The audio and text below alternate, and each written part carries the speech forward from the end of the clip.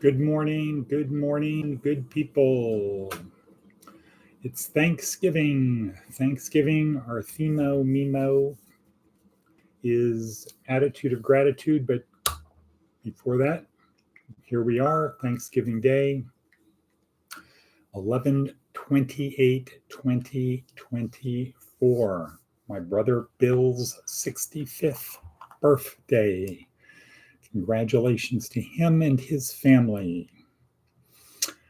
And we've got a lot to do today, lots of things to do. Busy day, showing an attitude of gratitude.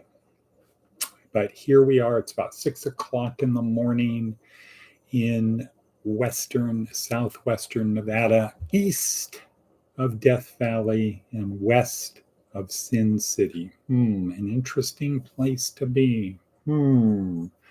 Area 51 country. Art Bell, George Norrie. An interesting place to be. But we are here and you're not, you're there. So Watabevy should be in Richmond, Virginia right now after a 12-hour bus ride. So that's good. I'm not really talking like somebody from Georgia or Florida or Virginia, but that's okay because we're out here in the West. Yeah.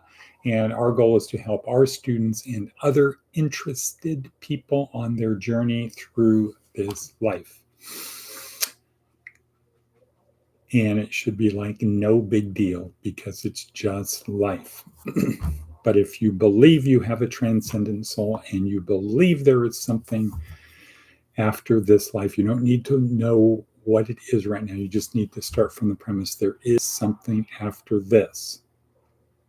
And there's plenty of evidence to support that there is something after this. Then, what? If there's something after this, and what we do now, or what happens then, is related to what happens now. We'd want to do the best we can to prepare for that. Just like going to Disney. Hey, we're going to Disneyland. We're going to have a trip to Disneyland. So would you want to prepare for the trip to Disneyland? Would you want to prepare for Disneyland? And would you want to prepare for the trip to Disneyland? Yes, both. Yes to both. Because the better you are prepared for the trip, the better the trip will be. Okay, so hang on. Ponder that for a second while I'm pouring my coffee. The first cup of coffee into my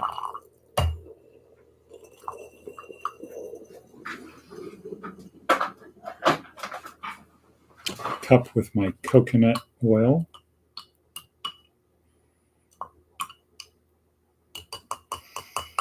Following Dr. Livingston. Dr. Livingston, I presume. And adding a little bit of hot water.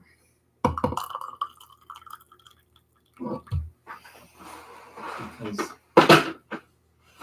this is Starbucks coffee, which I don't have a problem with. Some people do. I do not. Sort of one thing I need, though.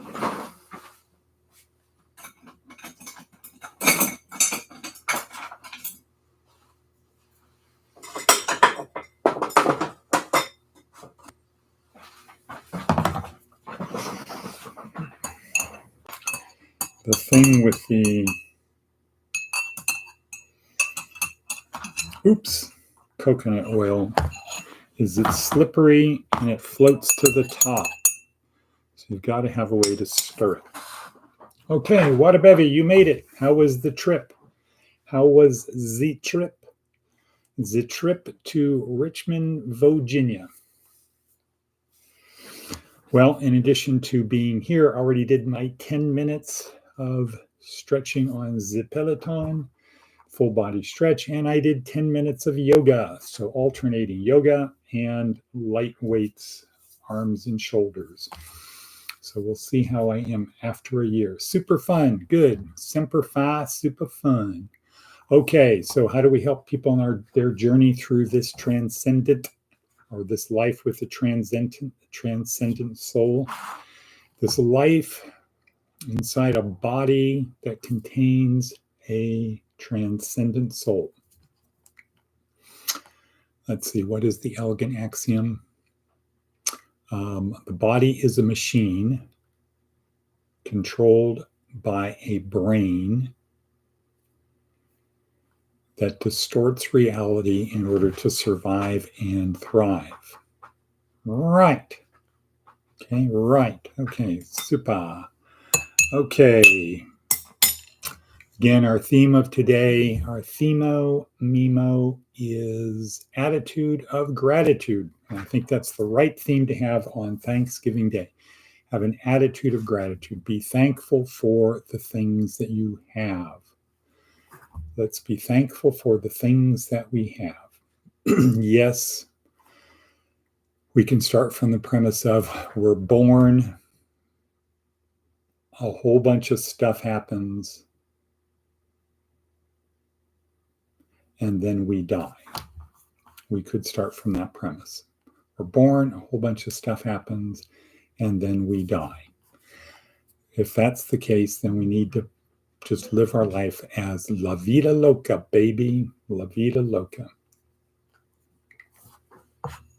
Ponder that, ponder, ponder, ponder.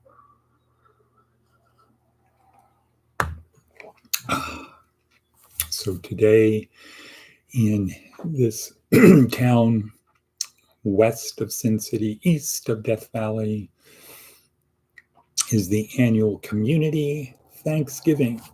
Ooh. Yeah, that oil coats my throat. Might have to get some water. So how's the weather, water baby? So it's the annual Thanksgiving lunch for people who have no place better to go, the community, and I will be that to help the volunteers.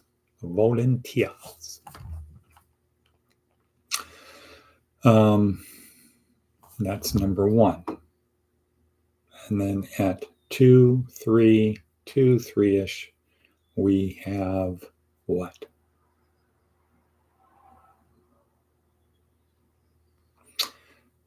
Thanksgiving at the Lutheran Church.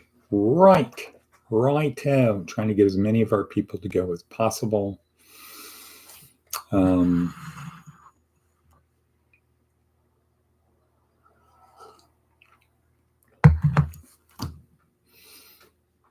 just have a good day. Usually on this day, I look forward to going to Las Vegas to go see a movie. Not sure about today, but who knows, maybe, perhaps, attitude of gratitude. We can be mad at the people who scorned us, took advantage of us, abused us, used us. What's a word that starts with D? Tried to demolish us, disconsoled us. Or we can just have an attitude of gratitude for the things that we do have, recognizing that in the big picture of things, there's no difference between suffering and non-suffering. It is just so short. And my hunch would be that's why when people who have transcendent souls die, they don't come back and say, hey, this stop, blah, blah, blah. They don't come back and tell you what's going on, because it's like, it's nothing. That stuff they think is a big deal, that's nothing. It's nothing. The pain they're going through, the suffering, that's nothing. Jeez, that's like, boom, that lasts that long. Oh, you're going to be sad because that long? Come on. When you get to see the big picture of eternity. Wait, what? Wait, what? Wait, what? It looks like Memento Mori is here. Good. Happy Thanksgiving. I guess my attitude of gratitude is working. Shalom, Om Niva Shivam. What do you have to say, Wadabevi? Home? Do you say you're home? Hi, my name is Sophie, and I'm home. Home. Happy Thanksgiving. Okay, cool. Right. Thank you. So, attitude of gratitude. Instead of focusing on, let's see, what would my dad say? My dad would say, stop focusing on the hole, focus on the donut. Focus on the donut, not the hole. Or he'd say, you're negative tracking when you focus on the negative stuff. And okay, so what's up on our hit parade? Advice from an 80-year-old. Beware of the person who has nothing to lose. Beware of the person who has nothing to lose. Right. What does Seth Godin have to tell us today? Seth Godin tells us, thank you is a complete sentence. It's a way to offer connection or acknowledgement. It's a recognition of feedback and the time it took someone to consider us. We can use it after we share something important or someone shares with us. More than the end of an exchange, it can be the beginning of a relationship. Ba-boom-ba. Thank you helps someone feel seen and understood. It reminds us that we're not alone. Most of all, it's a chance to be kind. Right. So I want to say thank you. Namaste. I don't know what that means. I've just heard it before. So I make myself laugh.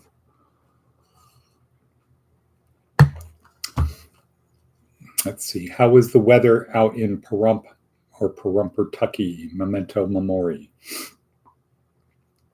So I guess no Diana, no Maticus von Atticus. Just we few, we happy few, we band of, fill in the pronoun. For he who sheds his blood with me this day shall be my brother. Be he never so vile, this day shall gentle his spirit. And gentlemen of England asleep in bed will feel themselves accursed. They were not with us here on St. Crispin's Day. Ba-boom-ba. Right. What? I don't know. It's Thanksgiving, people. Lighten up, Francis. As Bill Murray said in Stripes, lighten up, Francis.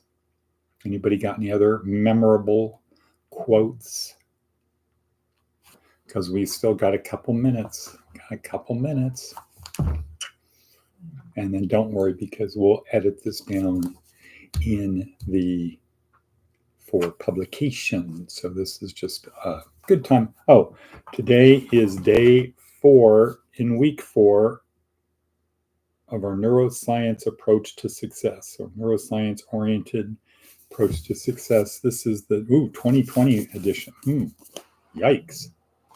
A lot has happened since then. The world has changed. So day 4, week 4, day 4, getting to the end of the 4-week cycle. Today, 4th, 5th, 6th, 7th, 4 more days. Today plus 3. Tomorrow plus 2. Saturday plus 1. And once again, we're learning, we're talking about power. We're talking about leadership. We did crisis leadership on Monday, pure leadership on Tuesday, and practical leadership is here. Our focus is, it's going to be a beautiful day. Our focus is practical leadership. And we're following the life of Ignatius of Loyola, who started out good, but he was above the law. Then his life was pulled out, yanked out from underneath him. The instant cannonball smashed into his shin. And unbeknownst to him, that was the end of his military career.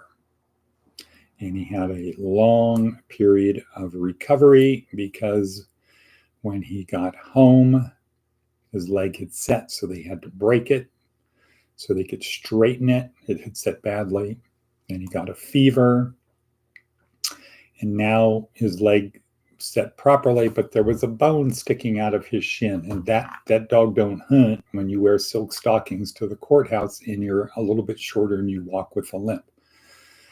So it was break it again, saw it off, break it again, and he had recovery. While he was there, all he had was his memories. When I say memories, I don't mean memento mori. He had his memories and he had his imagination.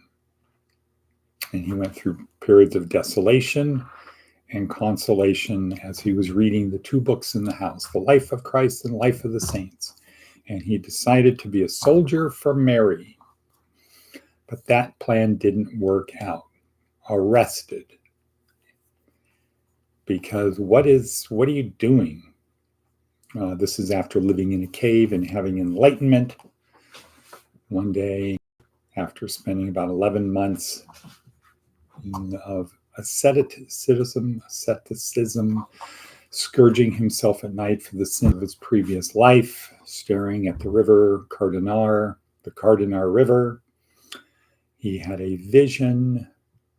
After praying for this, he had a vision that said, God is in all things. God is in that little stick over there. God is in that stick. And people, be they never so vile, there's a little spark, a little ember, which all that you need to do is nurture that.